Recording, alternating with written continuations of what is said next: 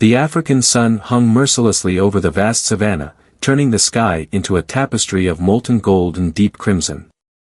The heat shimmered on the horizon, creating illusions of water that would never quench the thirst of those desperate enough to chase them.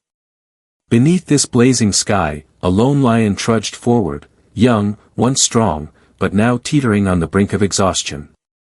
His golden mane, once thick and full, now lay tangled and heavy with dust. His ribs pressed against his thin hide, a cruel testament to the weeks of hunger gnawing at his frame.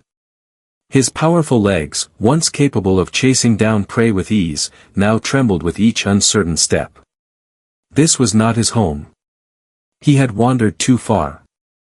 No one knew exactly how Leo, the name later given to him, had ended up here, a staggering 435 miles (700 kilometers) from his territory. Some whispered that the treacherous Mara River had stolen him, sweeping him away with its raging currents and delivering him to an alien land. Others believed he had followed the scent of prey too far, unknowingly crossing an invisible boundary that sealed his fate.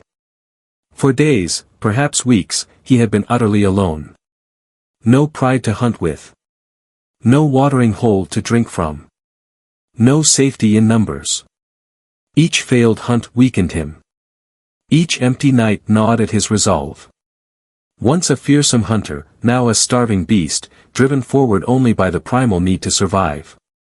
Then, in the distance, shimmering like a mirage, he saw something he never expected. A village. Lions do not seek out humans. It is against their nature. They are rulers of the wild, spirits of the open plains, not intruders in the domain of mankind. But Leo had no choice. Instinct screamed at him to turn back, but hunger roared louder. He crept toward the village's edge, his ears twitching at the foreign sounds, voices of men, the laughter of children, the rhythmic pounding of drums. His nostrils flared, drinking in the sense of a world unfamiliar to him, burning wood, cooking meat, the sweat of humans. Then, his body gave out. With one final, faltering step, Leo collapsed onto the dry earth just outside a ranger outpost, the very place where those sworn to protect creatures like him worked. Inside, a young ranger named David heard the dull thud and stepped out, his boots kicking up dust as he approached. The sight before him made his pulse quicken. A lion. A real, living lion. Lying just yards from the entrance. But this was no fearsome beast, no roaring predator. This was something else entirely. Cautiously, David moved closer, his hand hovering near his radio, ready to call for backup. He expected a warning growl, a flicker of aggression, anything to prove the lion was still wild, still dangerous. But instead, he saw something that made his breath catch in his throat. Leo looked at him. Not with menace. Not with fury. But with pleading eyes. As if he knew that this human was his last hope. Word spread quickly. A lion, an actual lion, had appeared at their doorstep. Some villagers were afraid, urging the rangers to put him down before he became a threat. Others, however, saw what David had seen. This was no bloodthirsty monster. This was not a killer. This was a dying animal, begging for mercy. Upon closer inspection, the rangers discovered something crucial: Leo was injured. One of his front paws was swollen and bleeding, likely from stepping on a jagged rock or getting caught in a hunter's snare. The wound had turned him into a crippled predator, unable to chase down the food he so desperately needed.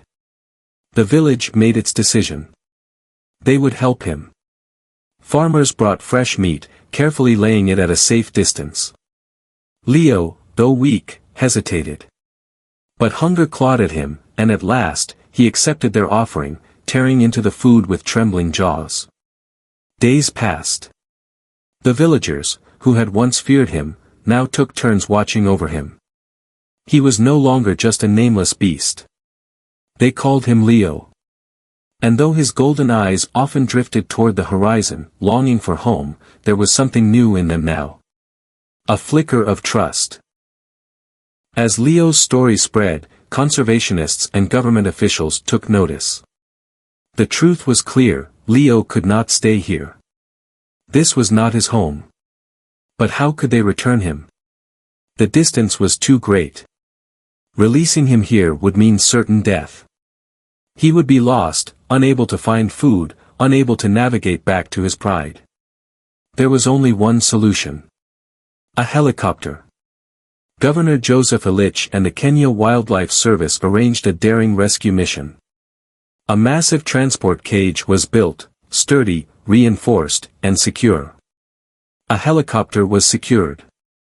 And after days of careful preparation, the moment arrived.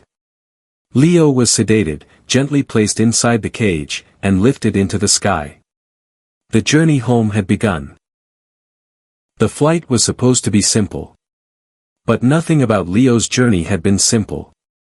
Midway through the flight, as the helicopter soared above the endless plains, a low, guttural growl echoed inside the cabin.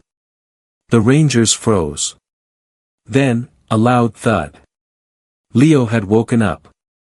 For a heartbeat, terror gripped the crew.